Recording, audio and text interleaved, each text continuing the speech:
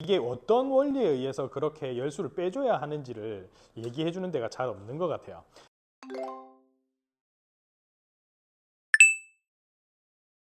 안녕하세요, 치우커피입니다. 자, 오늘은 지금 서가지고 영상을 좀 한번 찍어보려고 합니다. 오늘 내용이 이제 열수 빼는 부분, 커피 머신 에스프레소 추출하기 전에 열수를 빼는 부분 때문에 이제 말씀을 드리려고 하는데요. 여러분 보통 카페에서 이제 커피를 처음 배우시거나 학원에서 이제 커피를 처음 배우실 때 열수 빼라는 이야기 많이 하시죠. 그래서 열수 빼라는 이야기가 뭐 이렇게 추출 전에 물 흘리기 한번 해라, 뭐 열수 추출 먼저 해라, 이런 이야기를 많이 할 겁니다. 그런데 중요한 거는 이 열수를 빼야 되는 건 알겠고, 그거를 얘기해 주는 사람도 있고 곳도 있는데, 이제 이게 어떤 원리에 의해서 그렇게 열수를 빼줘야 하는지를 얘기해 주는 데가 잘 없는 것 같아요. 물론 뭐 그 그룹 헤드에 뜨거운 물이 고여 있고 그렇기 때문에 열수를 잠깐 빼줘야 커피가 뜨거운 물을 만나서 너무 쓴맛이 강해지지 않고 뭐 이러저렇다 이런 이야기들을 해주시는 분들은 있는데, 커피 머신의 구조가 어떻게 되어 있기 때문에 열수를 흘려주는 게 좋은지를 얘기해 주는 분들이 잘 없는 것 같아서, 우리가 또 기본 개념에 대한 부분을 중요하게 생각하는 치국커피이기 때문에 이 부분을 간단하게 한번 말씀드려 보려고 합니다.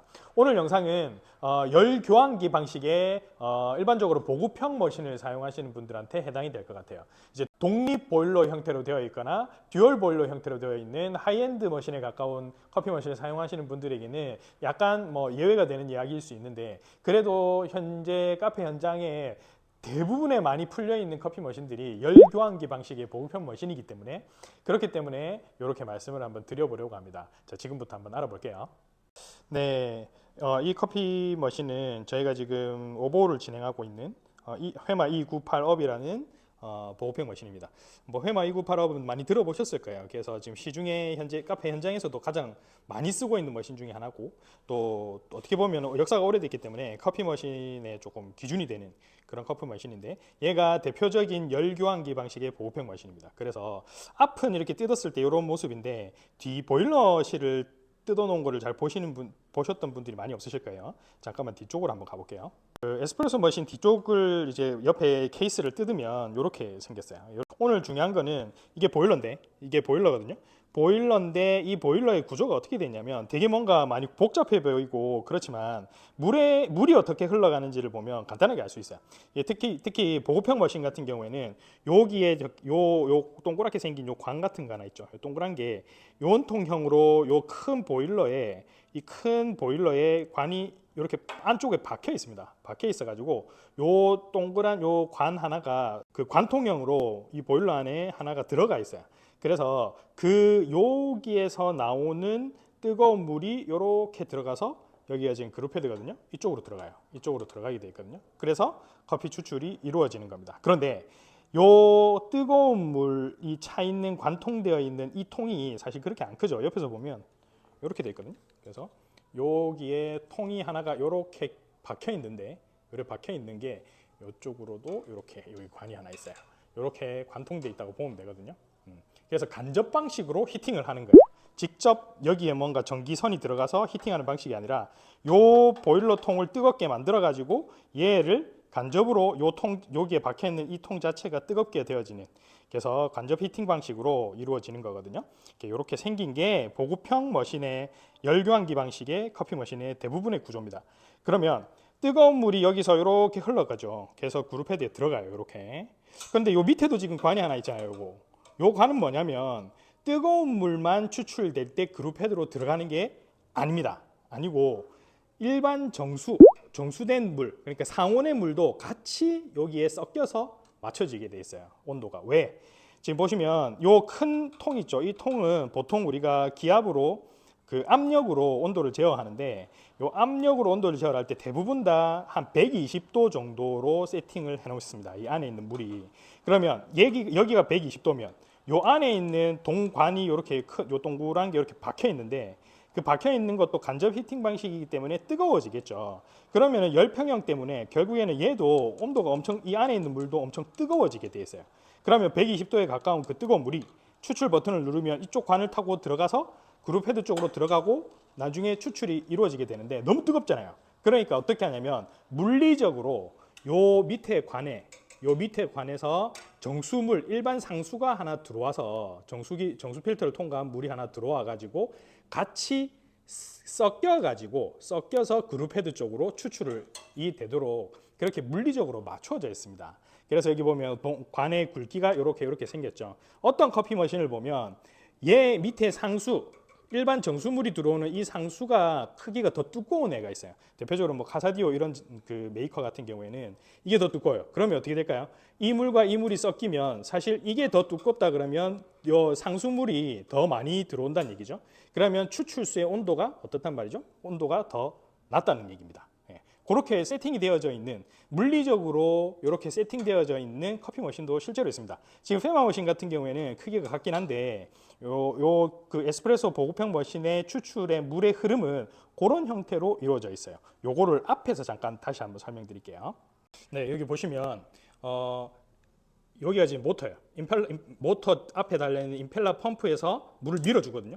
밀어주면 상수물이 막 갈라집니다. 어디서 갈라지냐면 여기서 갈라져요. 여기서 하나는 뭐 어디로 들어가고 하나는 뭐 다른 쪽으로 들어가고 하나는 뭐 그 메인 보일러 들어가고 하나는 열교환기 그러니까 우리가 추출을 하는데 쓰는 그룹헤드 쪽으로 들어가고 막 이렇게 나눠져요. 그런데 여기서 보시면 물이 하나가 빠져가지고 요렇게 빠지죠. 빠져서 요렇게 들어와요. 들어와서 플로메타라는 곳을 통하고 물이 하나가 이렇게 들어갑니다. 이렇게 들어가는데 이게 지금 열교환기 쪽으로 들어가는 관이거든요. 1번 그룹헤드, 2번 그룹헤드 이런 식으로 나눠져 있단 말이죠. 그래서 물이 이렇게 갈라지는데 여기 보면 물이 하나가 들어가서 밑으로 이렇게 밑으로 들어가죠. 밑으로. 그죠? 밑으로 이렇게 들어갑니다. 이렇게 들어가는데 그러면 얘가 상수가 들어가서 이 동관이 수직으로 하나가 관통되어 있다 그랬잖아요. 그 관통된 물을 채웁니다. 채워가지고 뜨겁게 간접 히팅이 돼요. 그런데 옆에 보면 옆에 관이 하나가 더 빠져 있죠. 요렇게 빠져 있잖아요. 그죠? 요렇게. 그럼 이거는 어디로 가느냐? 아까 말씀드렸던 여기 이 관이에요. 이 관. 그럼 결국 정수물이 이쪽으로 들어가는 거죠. 그런데 이 관은 아까 위에서 그룹헤드 위쪽에서 오는 관이에요. 그럼 뜨거운 물이 이쪽으로 들어가겠죠. 그다음에 밑에는 상수가 들어가요. 이런 식으로 해서 이 그룹헤드에 섞여 가지고 추출이 이루어지는 겁니다. 뜨거운 물이 하나 들어가고 밑에서 상수가 들어가서 그룹헤드에서 섞여 가지고 들어가는데 만약에 우리가 커피 머신을 사용을 당분간 뭐 1시간이면 1시간, 뭐 30분이면 30분 이렇게 사용을 안 하면 어떻게 될까요? 안 하면 여기 안에 뜨거운 게 가열되어 가지고 요 안에 공간이 있거든요. 그룹헤드 안에 공간에 이렇게 섞이게 되는데 여기 올라오는 물과 뜨거운 물이 섞이게 되는데 만약에 사용을 안 하면 어떻게 될까요? 이 물이 섞일 거 아니에요. 근데 여기만 있겠습니까? 그렇지 않죠. 뜨거운 물과 상수가 서로 섞여요. 그렇기 때문에 요 밑에 관 상수가 올라오는 이 관도 사실은 뜨겁습니다. 지금 이게 만져보면 얘가 뜨겁거든요. 얘도 뜨겁고 아까 플로메타 쪽에서 올라오는 그 얇은 관도 만져보면 뜨거워요. 그래서 열 평형이 이루어지기 때문에 이렇게 물이 가만 놔둬도 순환해서 이 관과 물들이 다 뜨겁습니다.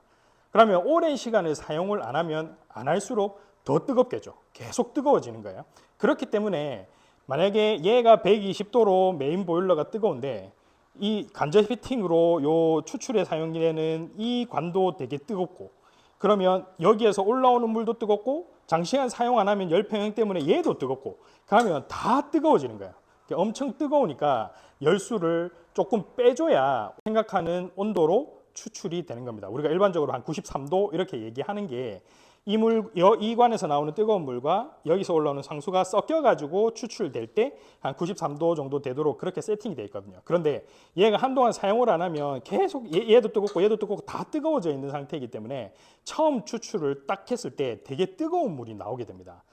자, 방금 같이 이렇게 보셨는데요. 그러면 열수를 얼마나 흘려줘야 우리가 좋아하는 온도가 나올까 이렇게 할 수 있잖아요. 그러니까 알 수 있는 방법은 버튼을 눌렀을 때 부시시 끓는 듯한 물이 어느 정도 빠져나오기만 하면 됩니다. 또 너무 많이 빼면 아까 보셨겠지만 관통되어져 있는 열교환기 안에 있는 물이 사실 그렇게 많지가 않거든요. 뜨거운 물이. 그렇기 때문에 얘가 또 너무 많이 빠져나오면 온도가 또 떨어져요. 그러니까 열수는 끓는 듯한 소리가 어느 정도 그칠 때 정도까지만 빼주시면 돼요. 뭐 그 양은 정해져 있는 게 아닙니다. 왜냐하면 아까 앞에서 말씀드렸지만 각 제조사마다 관의 두께, 그룹헤드 공간의 그룹헤드 안에 있는 공간의 크기, 그 다음에 올라오는 동관의 길이와 두께 이런 게 다 다르기 때문에 뭐 얼마 정도의 양을 빼야 된다 이렇게 정확하게 이야기할 수 없거든요. 그런데 감각적으로 끓는 듯한 소리가 어느 정도 줄어들면 돼요. 그래서 잠깐 눌러가지고 어느 정도 빼면은 끓는 듯한 소리가 줄어들더라라는 거를 알고 계시면 그렇게만 빼시고 사용을 하시면 되는 겁니다. 자, 그러면 우리가 에스프레소를 추출할 때마다 빼야 될까요? 어떤 분들은 보면 포터필터를 걸 때마다 그 전에 바로 열수를 잠깐 빼주시는 분들이 있어요. 사실은 그렇게 할 필요는 없습니다. 이 구조를 방금 보셨기 때문에 아시게 될 거예요. 왜냐하면 고여있는 뜨거운 물이 간접 히팅 방식으로 뜨거워지는 거기 때문에 사실은 금방 뜨거워지지 않거든요. 그래서 열수를 어느 정도 초반에 빼고 나면 그 다음에 연속으로 추출할 때는 사실은 열수를 안 흘려줘도 됩니다. 왜냐하면 오히려 열수를 많이 흘려주게 되면 온도가 더 떨어져서 추출에 있어서 영향을 더 미치게 돼요. 그렇기 때문에 내가 뭐 석잔, 넉잔, 10잔을 연속적으로 추출한다 할 때는 한동안 안 쓰셨다가 추출을 하게 되는 첫 번째 샷 정도만 물 흘리기, 열수를 잠깐 빼주시고요. 연속으로 할 때는 굳이 물 흘리기를 계속 열수를 빼주는 작업을 안 하셔도 돼요. 안 하셔도 되고 오히려 그냥 계속 연속적으로 추출하시는 게 온도 유지에 더 도움이 됩니다. 물론 아주 예외적인 어떤 모델들은 열수를 굳이 안 흘려도 되도록 구조적으로 동관의 크기나 굵기 이런 것들을 맞춰가지고 해놓은 기계들도 있어요. 그런 기계인 경우에는 처음에 설치를 하실 때 설치해 주시는 그 업체 분들에게 한번 물어보시는 게 좋습니다. 네, 오늘은 무엇 때문에 열수를 빼줘야 하는지 그거를 커피 머신의 구조를 보면서 간단하게 설명을 한번 드려봤습니다. 한번 이 영상을 몇 번 돌려보시면서 커피 머신의 내가 가진 보급형 커피 머신의 구조가 이렇게 돼 있기 때문에 열수를 빼줘야 되는 거구나. 열수를 빼줘야 되는 이유는 이런 이유 때문이구나 라는 거를 좀 영상을 보시면서 아시면 좋을 것 같다는 생각이 드네요. 어떻게 오늘 영상이 좀 도움이 되셨는지 잘 모르겠습니다. 도움이 되셨다면 좋아요와 구독도 부탁을 드릴게요. 그게 저희한테 큰 힘이 되고 또 동기부여도 됩니다. 네. 그러면 오늘 영상은 여기까지 하고요. 다음에는 더 유익한 내용으로 다시 찾아오도록 하겠습니다. 자, 지금까지 칠구커피였습니다. 다음에 뵐게요. 안녕.